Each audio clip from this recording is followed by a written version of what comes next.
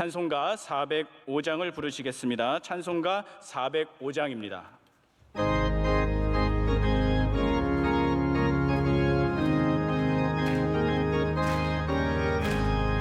주의 친절한 팔에 안기세 우리 맘이 평안하리니 항상 기쁘고 복이 되겠네.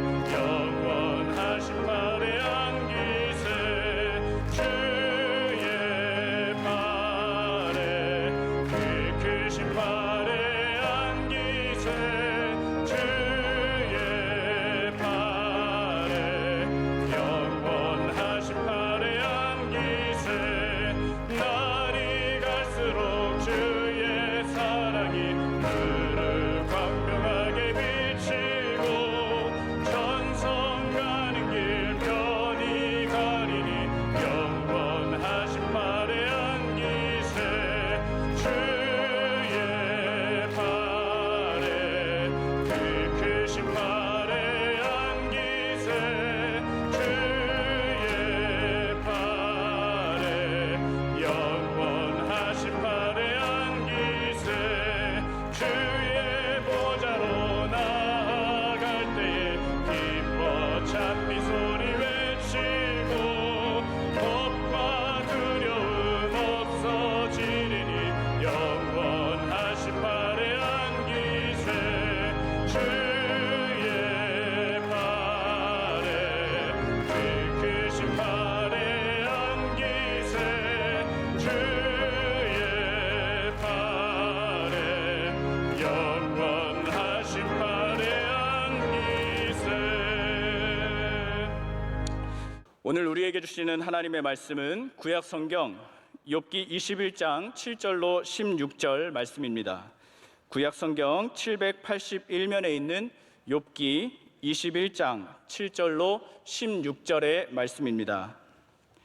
이 말씀을 저와 여러분이 한 절씩 교독하겠습니다. 어찌하여 악인이 생존하고 장수하며 세력이 강하냐?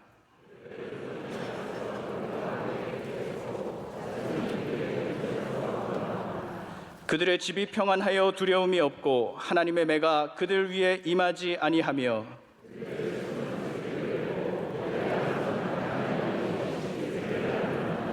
그들은 아이들을 양떼같이 내보내고 그들의 자녀들은 춤추는구나. 그들의 날을 행복하게 지내다가 잠깐 사이에 스올에 내려가느니라.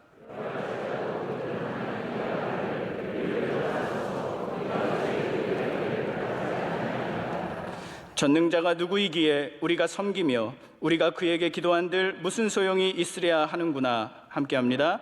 그러나 그들의 행복이 그들의 손안에 있지 아니하니 악인의 계획은 나에게서 멀구나. 아멘. 특순 시간입니다. 안기범 한세미 성도가 특순으로 이어서 교회 사랑하는 찬양대가 찬양으로 하나님께 영광 돌리겠습니다.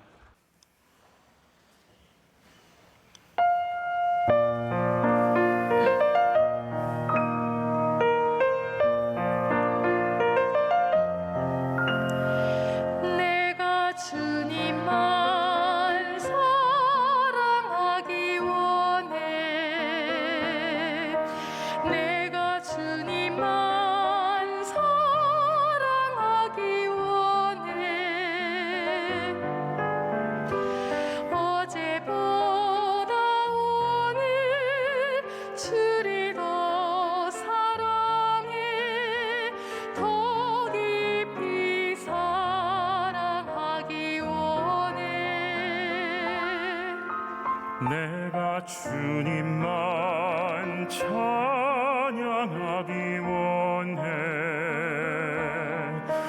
내가 주님만 찬양하기 원해. 어제보다 오늘 주를 더 찬양해. 더 깊이 찬양합니다.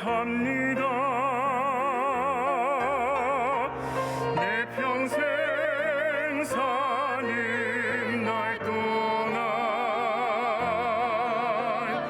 주님만 바라고 예배하리라. 내 평생 사는 날 동안 주님만 바라고 즐거워하리.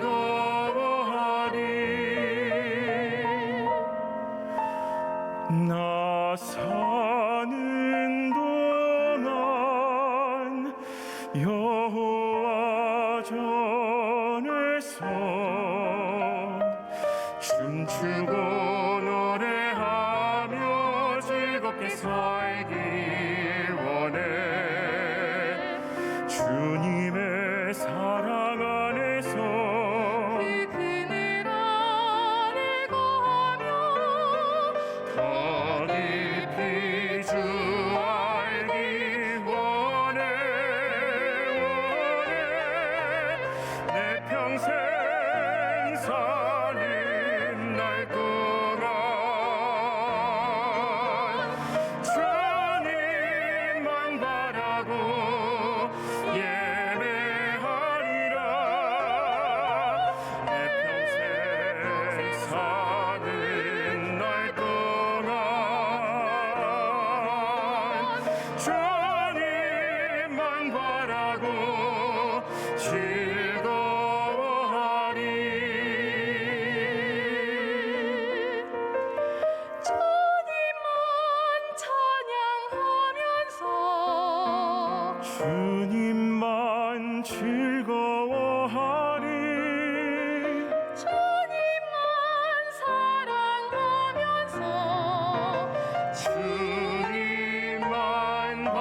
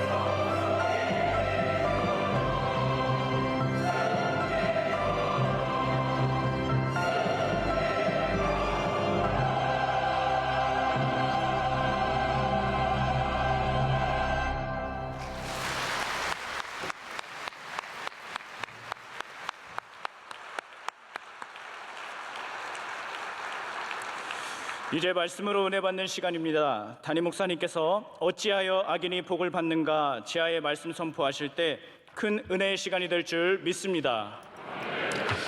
오늘 욥기의 말씀 21장의 말씀 통해서 또 계속해서 하나님 주신 은혜를 나누고자 합니다. 우리는 다른 사람들에 대해서 다 관심이 있습니다. 없다고 하면 거짓말입니다. 우리는 다른 사람이 어떻게 사는지, 다른 사람이 뭘 먹는지, 다른 사람이 또 뭘 좋아하는지 다 관심이 있습니다. 특별히 남이 잘 되는 것과 또 때로는 안 되는 것을 다 지켜보고 있습니다. 남이 잘 되면 잘 돼서 우리 마음에 뭔가 좀 불편함이 있고, 또 남이 안 되면 또 안 되는 것으로 또 마음이 어렵기도 합니다. 근데 그 가운데 이제 이런 경우가 있습니다. 이유 없이 잘 되는 사람들 좀 마음에 안 들죠. 저 사람 왜 잘 되는 거야? 마음에 들지 않고, 우리 명성교회가 그래서 약간 미움을 받았어요. 대단하지 않은 것 같은 목사님이 여기서 목회를 너무 잘하고 있으니까 그게 굉장히 많은 분들의 마음속에 이 불편함을 만들었던 것 같습니다. 또 반대로 저 사람 분명히 뭔가 잘못하고 있는데 잘 되는 걸 보면 굉장히 기가 막히죠. 야, 저런 사람이 어떻게 잘 될까? 어이가 없고 속상한 거죠. 농구할 때 언제 힘이 빠지는지 아십니까? 제가 골을 넣다니. 아니, 저 사람은 골을 넣을 수가 없는 사람인데 던진 게 들어갔어요. 그러면요, 그 악인이 형통하는 걸 보고 저는 굉장히 마음이 이게 어려운 거예요. 그래서 경기가 이렇게 말리기도 해요. 그런 걸 보면은 마음속에 이제 어려움이 생기죠. 그래서 악인이 형통하는 것은 단순히 그 사람이 잘 되고 안 되고를 떠나서 그게 갖고 있는 파장력이 있습니다. 영향력이 있습니다. 악인이 잘 될 때 이렇게 주님 앞에서 성실하게 살아왔던 수많은 의인들과 예배를 지키고 고생하고 남들 다 벌어가지고 나쁜 데 쓸 때 정말 주님만 사랑하고 교회 위에 헌신하고 이러던 사람들이 그걸 보면서 시험에 들거든요. 사탄은 그걸 굉장히 좋아합니다. 사탄은 그래서 악인들이 잘 되도록 부추기고, 또 그걸 보면서 우리들의 마음이 상하도록 또 우리를 부추깁니다. 그러면서 결국 결론을 뭐로 냅니까? 하나님은 악인들을 멸하시지 않고 악인들을 축복하시고, 하나님 잘 믿어봤자 나한테 좋은 건 하나도 없구나라는 그런 마음을, 실망감을 주게 됩니다. 제가 이런 악인이 잘 되는 것들, 또 이유 없이 잘 되는 사람들, 또 수고하고 애쓰고 힘들어 정말 열심히 살았는데 안 되는 이런 분들을 보면서, 야, 우리가 생각하는 이 세상에 정말 딱 떨어지는 정의가 존재할까? 여러분, 우리는 그렇게 들이밀고 싶잖아요. 정의와 불의를 딱 나누어서 불의한 사람들은 안 되고 정의로운 사람들은 잘 되고, 예수님 믿는 사람들은 잘 되고 예수님 안 믿는 사람들은 잘 안 되고, 이렇게 하면은 굉장히 좋겠지만 하나님은 이 세상을 그렇게 딱 떨어지게 만들지 않으셨습니다. 그래서 우리는 때로는 의인의 불행도 보게 되고 악인의 형통함도 보게 됩니다. 바로 그래서 욥기가 있는 것이죠. 욥기를 통해서 의인이 이렇게 고난을 받고 힘들고 괴로운 삶을 살아가지만 결국은 하나님께서 그와 함께 하시고 그를 건져주신다는 메시지를 우리에게 던져주고 있습니다. 지난주 우리는 소발이 악인에 대해서 말하면서 욥을 악인으로 취급합니다. 기억하시죠? 욥, 너는 악인이라는 거죠. 악인은 멸망할 것이다라는 아주 제대로 된 선포를 내립니다. 그리고 소발이 이제 욥을 악인으로 선포하는 여러 가지 이유가 있지만, 제가 지난주 말씀드린 것처럼 먼저는 마음이 상했어요. 마음이 굉장히 기분이 나쁘고 조급했다라고 하지 않습니까?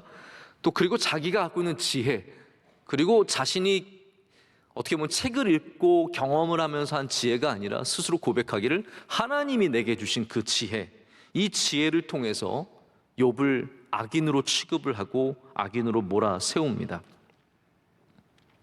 또 특별히 욥이 악인이라고 주장하는 소발의 근본적인 그 베이스가 있습니다. 여러분들도 누군가를 저 사람 의인이구나, 저 사람 악인이구나 생각하는 뭔가 좀 기준이 있을 거 아닙니까? 어떤 분들은 교회 열심히 나온 걸 보면서 아, 저분은 하나님 잘 믿는 분이구나, 기도하는 모습 보면서 하나님께 기도 열심히 하고 성실한 분이구나, 혹은 세상에서 이상한 곳에서 만났는데 나쁜 짓 하는 걸 보면서 아, 이 사람은 나쁜 사람이구나, 우리가 판단하는 기준이 있거든요.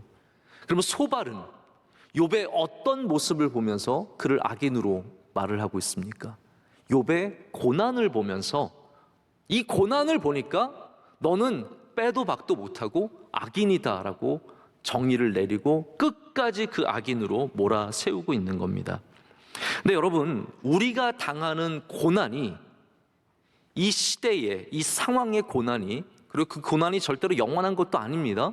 그 고난이 우리를 악인으로 만드는 사인입니까?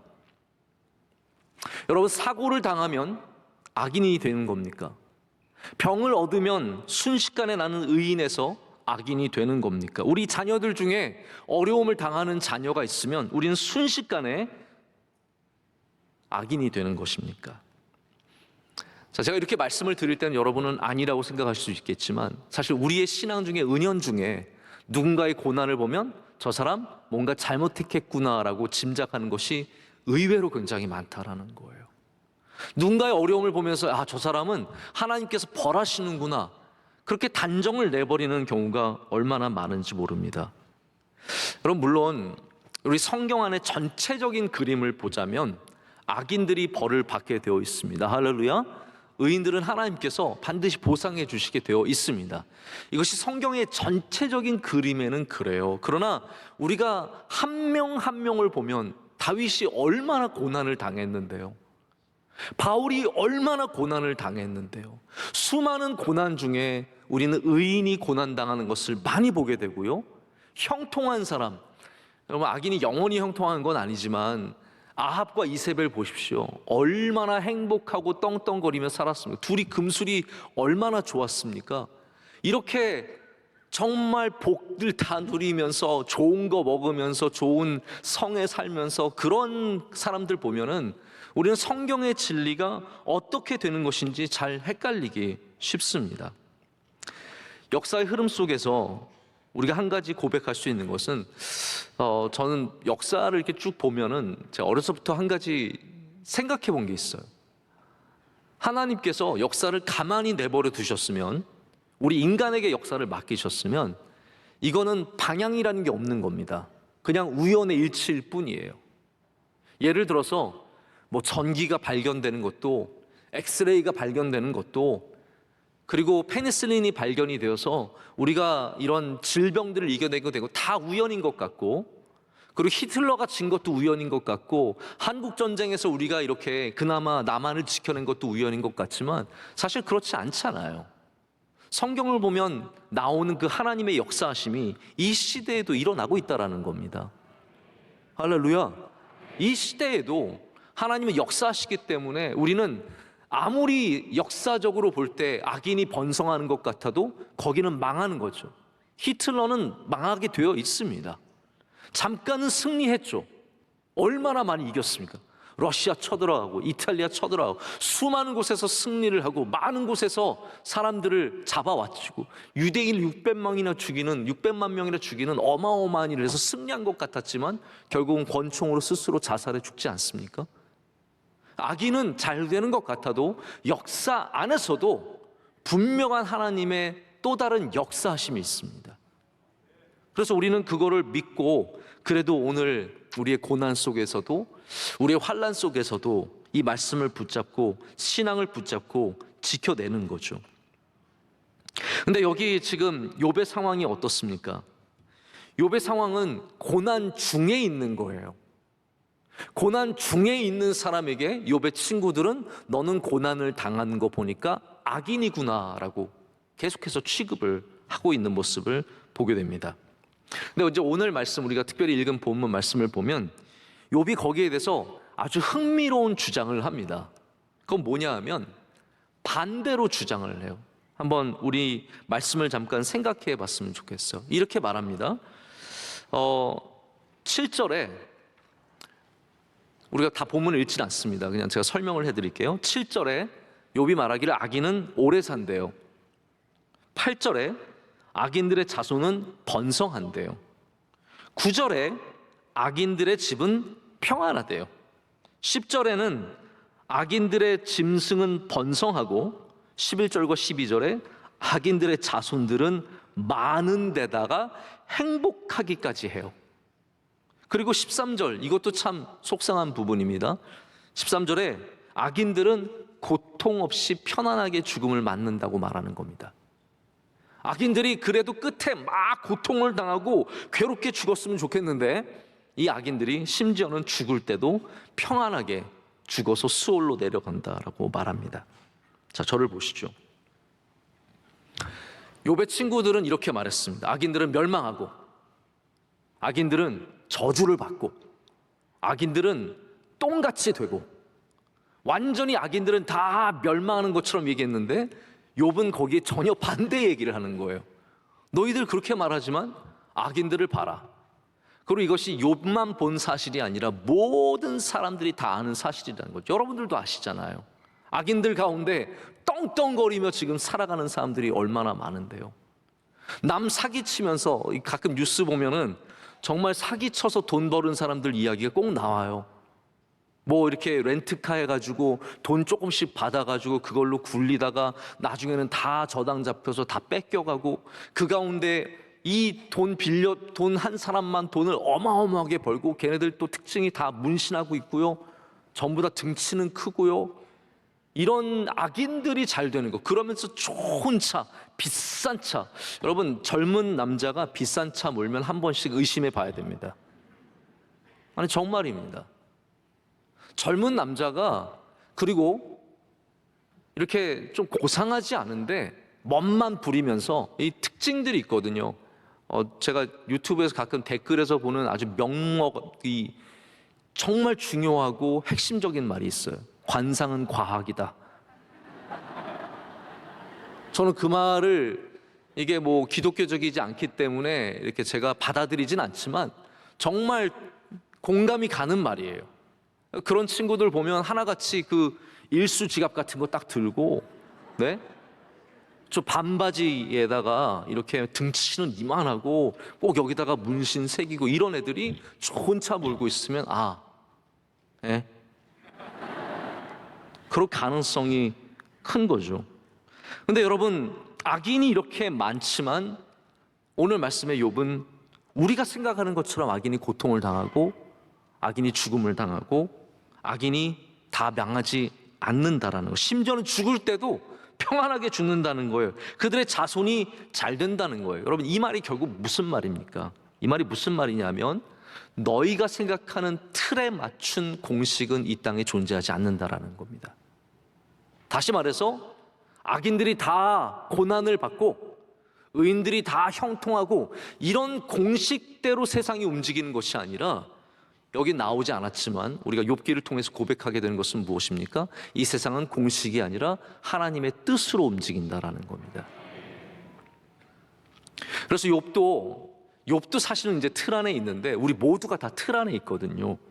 성경은 자꾸 그 틀을 깨뜨려 주는 겁니다.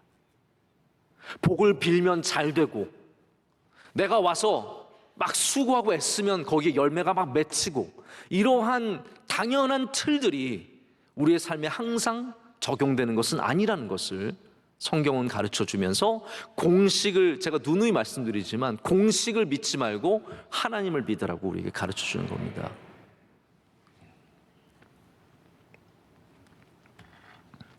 우리가 하나님의 주권을 생각하기 위해서는 우리가 갖고 있는 틀을 많이 깨야 합니다.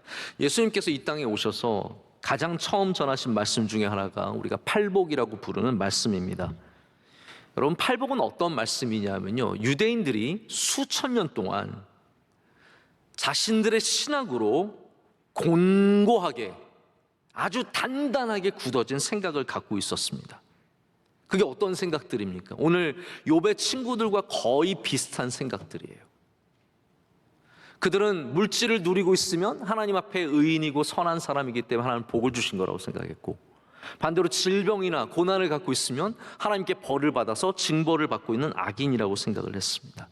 근데 그 가운데 예수님께서 오셔서 그들의 그 틀을 깨뜨려 주시는 거죠. 그 첫 설교가 무엇이었습니까? 가난한 자는 복이 있나니예요. 이 말씀은 유대인들이 갖고 있었던 2000년 동안 곤고하게 갖고 있었던 그 틀, 돈이 많은 사람들이 하나님께 복을 받은 사람이라는 거, 부유한 사람이, 자손들이 잘 되는 사람이, 건강한 사람이, 장수하는 사람이 하나님께 복받은 사람이라는 그 공고한 틀을 주님께서 망치로 땅땅 깨주시는 겁니다. 가난한 자는 복이 있나니. 할렐루야. 여러분, 그것이 우리가 그냥 교회에서 얘기하는 좋은 얘기가 아니라 그걸 실제로 믿음으로 고백할 수 있어야 합니다. 여러분, 가난해도 복이 있는 줄로 믿습니다. 다시 말하자면 예수님께서 말씀하지 않으셨어도 질병이 있는 자가 복이 있을 수 있는 겁니다. 자녀의 어려움을 갖고 있는 자가 복이 있을 수 있는 겁니다. 우리는 너무 틀에 딱 그 안에 갇혀서 그 틀을 빠져나오지 못합니다. 그리고 그 틀 바깥에 있는 것을 너무나 어려운 마음으로 보는 거예요. 왜 의인인데 저런 일이 생길 수 있을까? 왜 악인인데 저렇게 번성할까? 여러분, 아까도 말씀드렸지만 악인이 잘 되는 것은 우리 그리스도인에게 너무 힘든 일이에요. 불편한 일이에요. 괴로운 일이에요. 마음 같아서는 재벌들이 다 크리스천이었으면 좋겠어요. 아니면 반대로 재벌들은 크리스천이 아예 없거나. 그럼 편하잖아요. 아, 재벌들은 다 악인이니까, 혹은 저 부자들은 다 의인이니까, 이렇게 생각하면 좋겠지만 여러분, 안 그렇잖아요. 이건희 회장 돌아가시고 나서 아내 되시는 분이 절에 가셔서 스님 만나고 그분 제일 잘 사는 분이에요, 우리나라에서. 그거 어떻게 우리가 그것을 감당하겠습니까? 다시 말씀드리지만 우리의 틀로 세상을 봐서는 안 됩니다. 하나님의 뜻으로 세상을 봐야 합니다.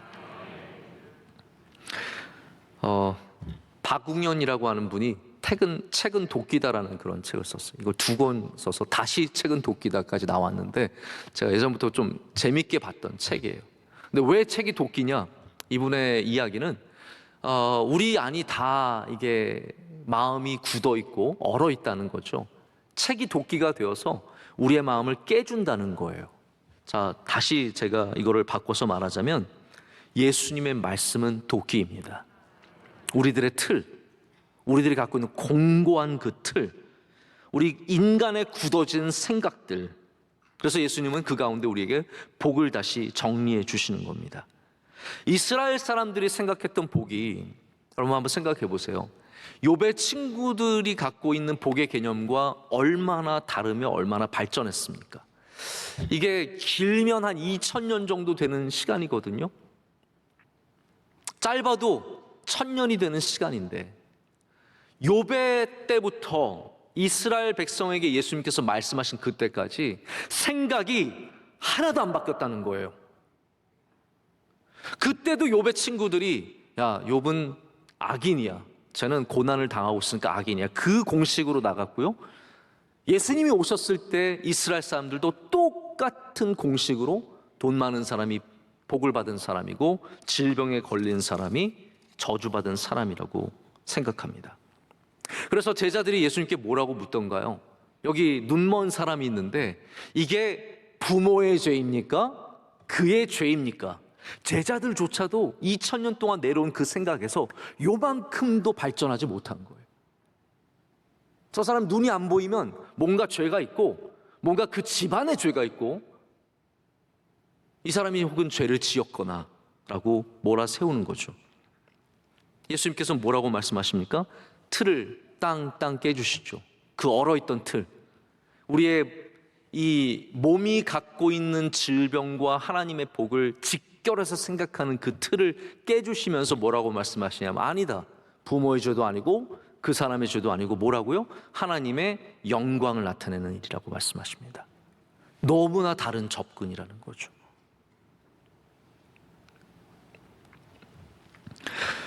예수님에게는 항상 제3의 길이 있습니다. 할렐루야. 그 길이 바로 복음의 길이라는 거예요. 복음의 길은 이게 저주냐 이게 축복이냐가 아니라 이게 하나님의 영광이라고 말하는 것입니다. 전혀 다른 길을 우리에게 보여주고 계십니다. 여러분, 장애인들을 향한 부모님들의 마음이 얼마나 어렵습니까? 장애인을 두고 있는 부모님들은 마음이 힘들고 몸이 힘들고 여러 가지로 어려움이 많습니다. 이번 코로나에 제일 어려운 가정 중에 한 가정이 바로 장애인들을 데리고 있는 가정이에요. 왜냐하면 이게 사람이 만지면 안 되잖아요. 그러다 보니까 이 아이를 케어를 해줘야 되는데 다른 사람은 케어를 못 하는 거예요. 부모님들이 예전보다 훨씬 더 힘들어지셨어요. 저희 교회도 이제 지체 또 정신 좀 부족한 분들 저희가 섬기고 있는 사랑부가 있지 않습니까? 사랑부가 회복이 쉽지가 않아요. 왜냐하면 선생님들이 아이들을 다 만져야 돼. 가서 직접 다 안아야 되고 가르쳐 줘야 되고 붙잡아야 되고, 그러다 보니까 이 컨택이 많이 필요하기 때문에 참 어려운 거죠. 근데 여러분, 이 아이들, 장애를 갖고 있는 아이들, 이 세상이 바뀌려면 사회의 인식도 바뀌어야 하지만 우리들의 인식도 바뀌어야 돼요. 할렐루야. 우리 그리스도인의 인식도 바뀌어야 돼요. 우린 그것을 하나님의 저주나 무슨 이 사람들의 잘못이나 그렇게 봐서는 안 된다는 거죠. 예수님께서 말씀하셨듯이 거기에는 제3의 길이 있다라는 거예요. 하나님이 영광을 받으시기 위해서 하나님의 다른 뜻이 있을 수 있다는 생각을 해야 되지 않겠습니까? 여러분, 누가 학교에 떨어지나요? 학교에 떨어지는 애들은요, 첫 번째로는 공부를 안 한 애들이 떨어집니다. 너무나 당연한 거죠. 공부를 안 한 애들이 떨어집니다. 이번 수능에 여러분 기도도 하셔야 되지만 공부를 안 했는데 너무 기대하지 마세요. 네? 공부는 맨날 안 하는 거 뻔히 봤는데 그래도 기대감을 갖고 막 마지막에 내가 막 밤새 철야기도 하면 뭔가 기적이 일어날 것 같은 그런 너무 큰 기대를 하지 마세요. 한 문제를 하나님께서 더 맞추게 해주실 수는 있을지 몰라도 이게 막 기적이 거기에서 일어나진 않거든요. 그런데 우리가 아무리 노력하고 힘쓰고 애써도 다 되는 게 아니에요. 저는 PhD 된 학생들에게 늘 굉장히 칭찬해 줍니다. 왜냐하면 어느 학교가 되었든 PhD는 그 학교에서 1명이나 2명 뽑아요. 그 분야에. 우리 신학도 마찬가지고 물리학도 마찬가지고 수학도 마찬가지고 어느 학교의 어느 과도 마찬가지예요. 그 한 과에 한 분야에 10명씩 뽑는 그런 학교는 단 하나도 없습니다. 다 1명 아니면 2명 뽑는 거예요. 저는 그래서 어느 학교가 되면은 훌륭한 거라고, 잘한 거라고, 그 학교에서는 너를 잘 봤기 때문에 뽑아준 거기 때문에 괜찮다고 얘기합니다. 그러나 많은 사람들이 내가 원하는 학교가 안 되면 실망하죠. 여러분, 내가 안 되는 학교가 안 되면, 내가 원하는 학교가 안 되면 우리는 하나님께 버림받은 걸까요? 그럼 그렇지 않잖아요. 거기에도 하나님께서 역사하시고, 할렐루야, 하나님의 뜻이 있고 하나님께서 이루시는 일들이 분명하게 있다라는 거예요. 젊은 사람들은 자기가 원했던 사람과 결혼하지 못할 때 굉장히 절망감을 갖습니다. 내가 좋아하고 내가 공을 들였고 내가 사귀었고 했는데 차였어요. 헤어졌어요. 어떤 일이 있어서 그냥 끝났어요. 그러면 마치 세상이 끝난 것 같아요. 하나님도 나를 버리신 것 같고요. 여러분, 우리가 그렇지 않다는 것을, 우리 다 헤어져 봤잖아요. 헤어져서 여러분의 인생이 망했습니까? 아니거든요. 절대로. 저는 물론 아니지만 여러분 인생이 헤어져서 망하지 않거든요.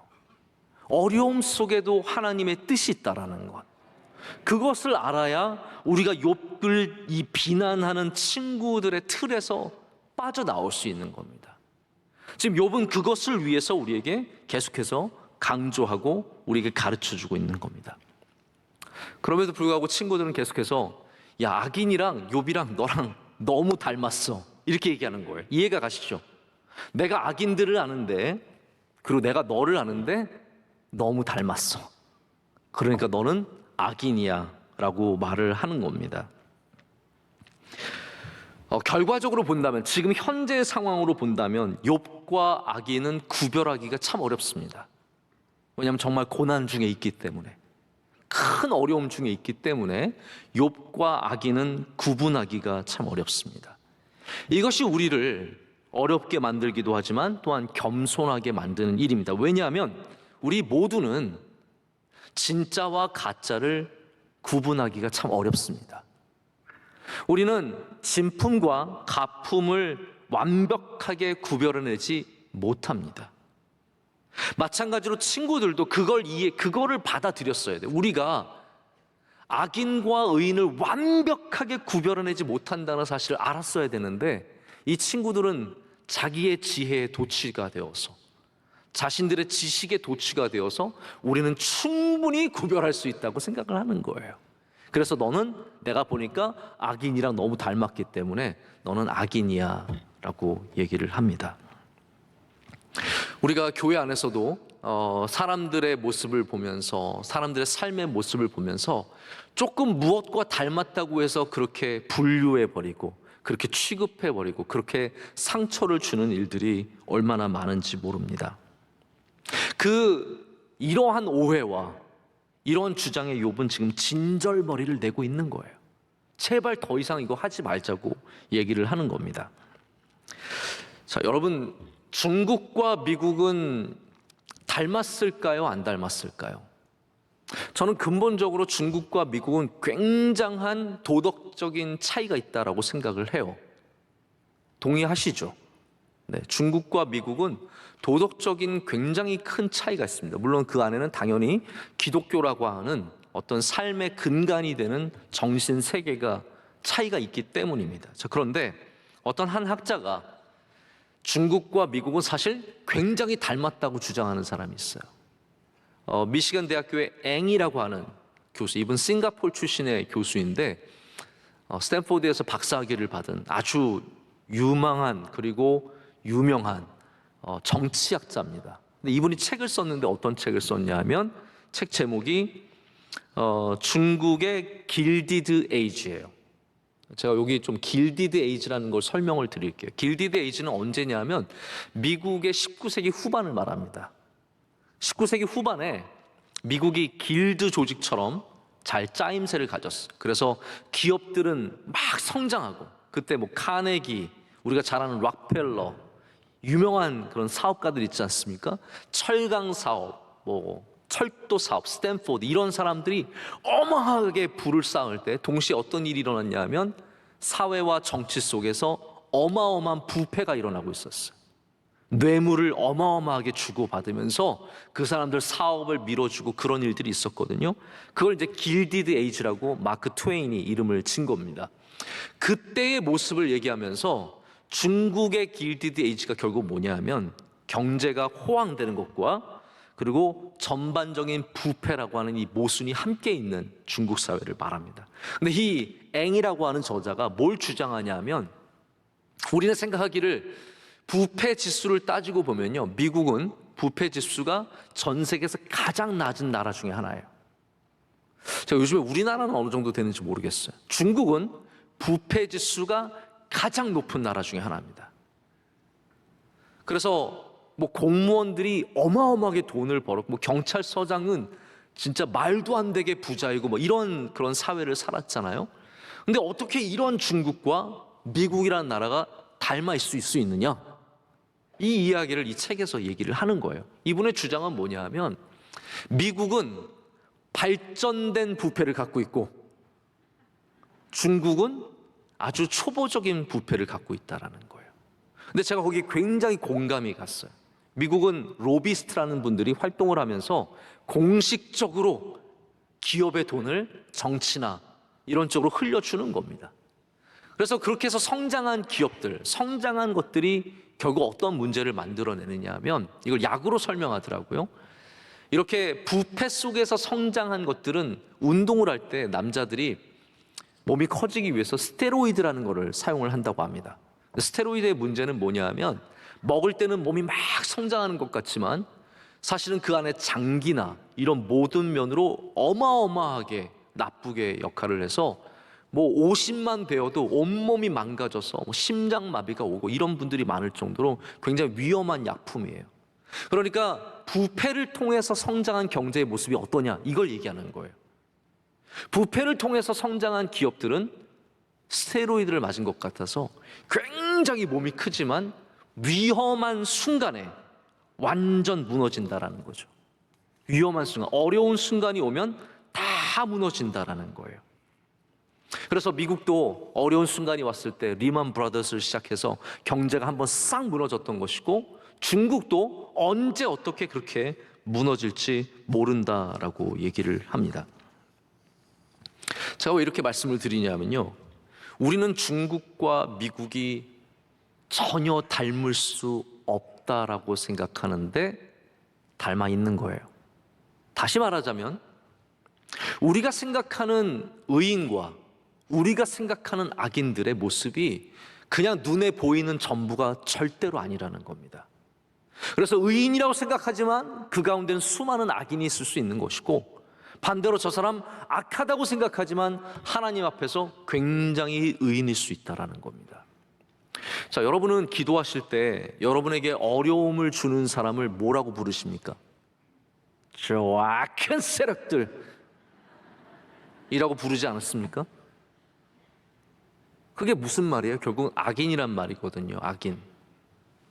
저는 기도할 때 굉장히 조심스럽게 그 단어를 사용합니다. 왜냐하면 제가 저를 어렵게 하는, 제 마음에 안 드는, 저를 속상하게 하는 그분이 하나님 앞에서는 악인이 아닐 수도 있기 때문이에요. 우리가 악인이라고 딱 결론을 내린 그 사람들이 어쩌면 하나님 앞에서는 아닐 수도 있다는 그런 마음을 가져야 된다는 겁니다. 자, 그러면 다시 말씀드립니다. 욥과 악인은 닮아 있지만 그 닮아 있는 부분들이 욥의 친구들이 생각하는 것과 사실은 전혀 다른 부분이고, 욥은 닮아 있는 것처럼 보여도 사실은 악인이 아니라는 것을 성경은 우리에게 말해주고 있습니다.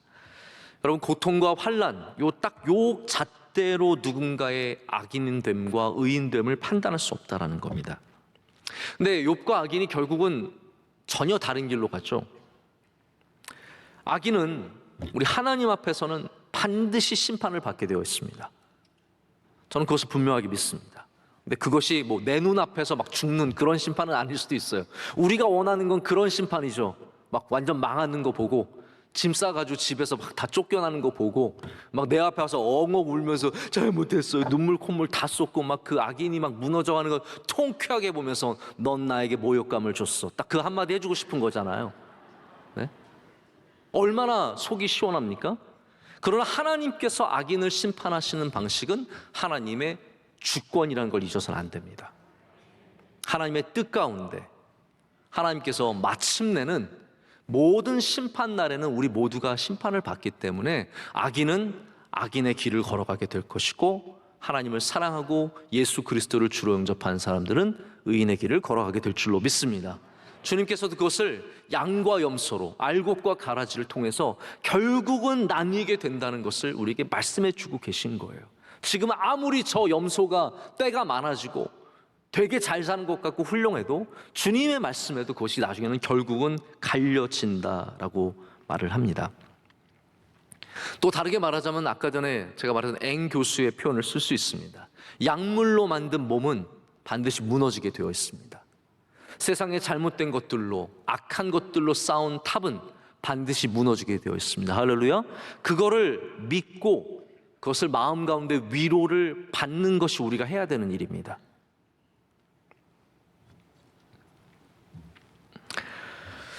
마지막 절에 욥이 쌓아두었던 말을 내뱉습니다. 우리 34절 말씀 한번 보실까요?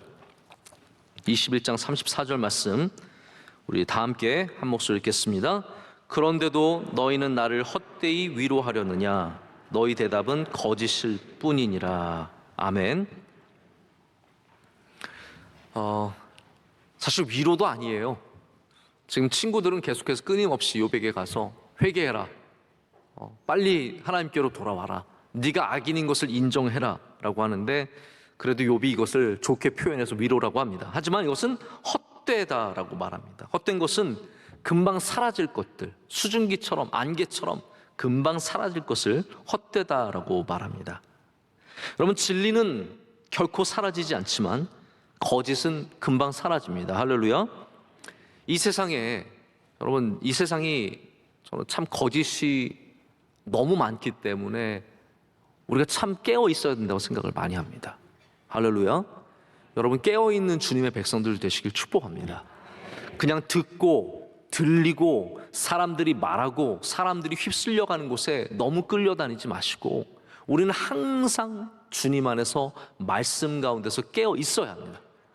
이거는 제가 우리 말씀을 어떤 기독교 신앙을 향한 그런 말씀이기도 합니다. 왜냐하면 너무 이단들도 많고 아주 쉽게 끌고 가는 방식들이 많기 때문에 깨어 있어야 하지만 정치도 마찬가지입니다.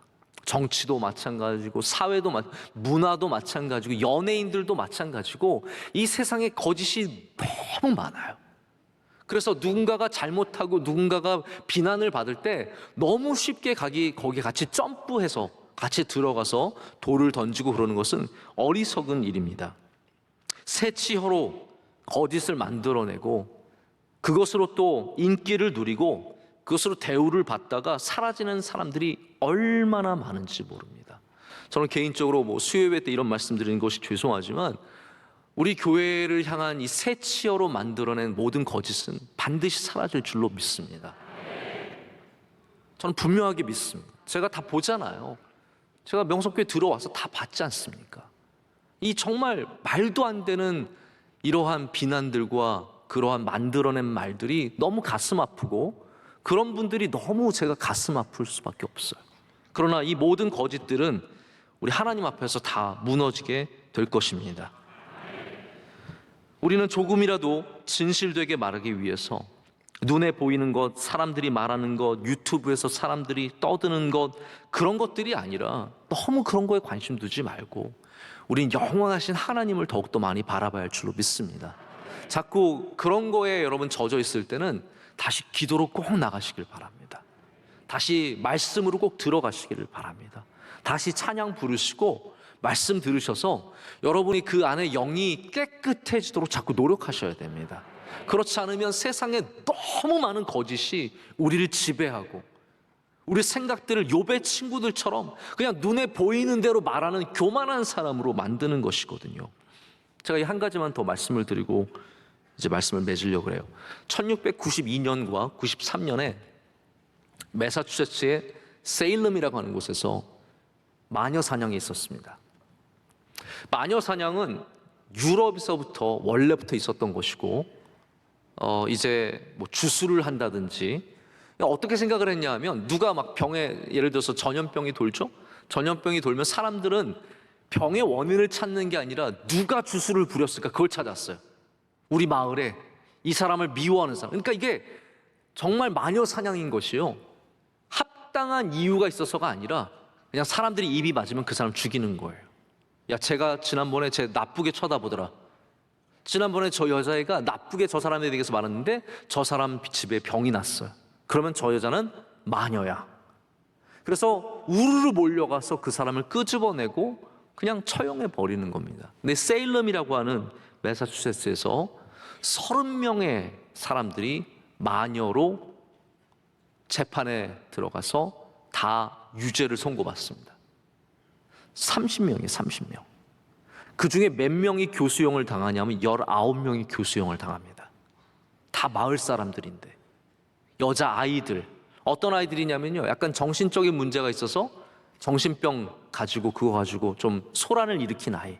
진짜 마녀다. 어떤 아이들끼리 모여가지고 좀 누구를 괴롭혔어요. 쟤네들 마녀다. 이래가지고 19명을 교수형으로 다 죽였습니다. 이 가운데는 5명이 남자였습니다. 청교도들이 굉장히 신앙이 뜨거웠는데요. 청교도들의 신앙의 바탕이 뭐냐면 여러분 꼭 아셔야 됩니다. 우리 가운데 문제가 있으면 그건 하나님께서 우리를 벌하신 거다. 우리가 뭘 잘못했기 때문에 벌하신 거다. 우리가 계명을 어겼고 하나님의 뜻을 어겼고. 자, 그러니까 어떻게 되겠습니까? 이 마을에 문제가 있으면 누군가가 죄를 진 것이다. 누군가가 어려움을 당하면 누군가가 죄를 진 것이다. 가정에 환란이 있고 고난이 있으면 청교도적 신앙이 뭐라고요? 누가 죄를 진 것이다. 이게 대한민국에 너무 깊이 뿌리 내리고 있는 거예요. 이제 어떻게 보면 마녀 사냥을 갖고 있었던 그 청교도의 신앙, 좋은 건 안 배우고 여러분, 청교도 얼마나 주님 뜨겁게 사랑했습니까? 할렐루야. 청교도 정말 주님 사랑했거든요. 매일같이 주님의 말씀대로 살려고 정말 노력 많이 했거든요. 그런 건 별로 상관 안 하고 청교도의 잘못된 부분들, 우리의 모든 아픔과 모든 괴로움과 모든 환난은 다 죄 때문이야. 하나님 우리를 벌하셨어. 이게 언약 신학이라는 거예요. 언약을 우리가 깨뜨렸기 때문에, 하나님의 계명을 깨뜨렸기 때문에 하나님께서 우리를 벌하신 거라고 하는 그 청교도의 신앙이 우리에게 너무 뿌리 내려서 지금도 우리는 환난과 고난을 당하면 무조건 죄, 무조건 악인, 이렇게 몰아세운다라는 거죠. 여러분, 이렇게 누군가를 몰아세웠던 그것들이 지금 생각해보면 얼마나 한심합니까? 그래서 300주년을 맞아서 1992년에 세일럼의 19명의 교수형 당한 사람들 가족과 그 후손들에게 사과를 하고 이거를 좀 화해하려고 하는 그런 행사가 있었다는, 제가 기사를 예전에 읽은 적이 있습니다. 여러분, 우리는 함부로 눈에 보이는 것으로, 우리가 판단하는 것으로 사람들을 악인으로, 사람들을 죄인으로 몰아세워서는 안 될 줄로 믿습니다. 이게 결론이에요. 하나님 앞에서 겸손한 사람은 절대로 서둘러서 판단하지 않습니다. 우리는 함께 기다려야 합니다. 예수님 말씀처럼 알곡과 가라지를 끝까지 기다리는 겁니다. 지금 가라지가 너무 보여서 저 가라지 뽑아야 되는데, 주님의 말씀에는 기다려 보라라는 거예요. 기다려 보라라는 겁니다. 우리가 기다리다 보면 그것이 더 자세히 보이고 더 확실히 보이고 정확하게 알게 되는 순간들이 있습니다. 우리는 하나님 앞에서 내가 하나님처럼 다 알고 있다는 생각을 버려야 합니다. 우리 한국 교회가 정의에 대해서 그렇게 접근할 때도 너무나 많습니다. 우리가 하나님처럼 다 알고 있기 때문에 너희들은 악인이고 너희들은 의인이고, 아니죠, 반대로 말하자면 우리 편은 의인이고 우리 편 아니면 악인이라고 내세우는 이러한 너무나 쉽게 우리의 교만한 마음으로 정의 내리는 것들에 우리는 다시 한번 채찍질을 가하고 마음을 낮추고, 할렐루야, 겸손하게 바라볼 때 여러분을 통해서 헛된 위로가 아니라, 사라지는 위로가 아니라 영원한 위로가 이 땅 가운데 흘러갈 줄로 믿습니다. 여러분, 고난당한 사람에게 가셔서 축복해 주십시오. 이게 저주가 아니라, 이게 불행이 아니라 하나님이 너를 사랑하고 계신다고 진실된 말로 축복해 주시기를 바랍니다. 그럴 때 그 영혼이 살아나고 하나님의 은혜를 다시 붙잡게 되고 눈물로 기도하게 되고 우리 모두가 다 고난을 이겨낼 줄로 믿습니다. 환난을 이겨낼 줄로 믿습니다. 어려움을 이겨내고 주님이 기뻐하시는 그 복된 삶으로 다 걸어가게 될 줄로 믿습니다. 함께 찬양하시겠습니다.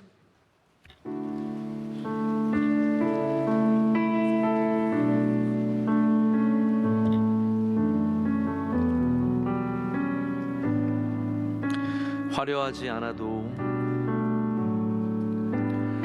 화려하지 않아도 정결하게 사는 삶, 가진 것이 적어도 감사하며 사는 삶, 내게 주신 작은 힘 나눠주며 사는 삶, 이것이 나의 삶의 행복이라. 이것이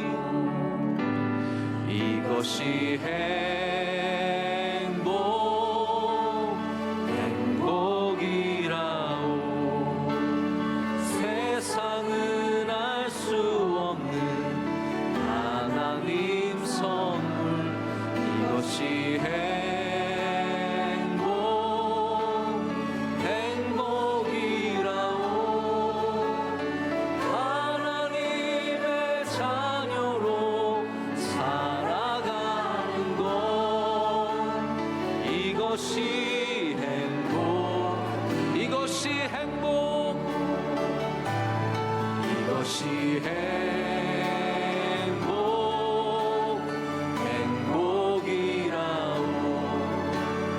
세상을 알 수 없는 하나님 선물, 이것이 행복이라오.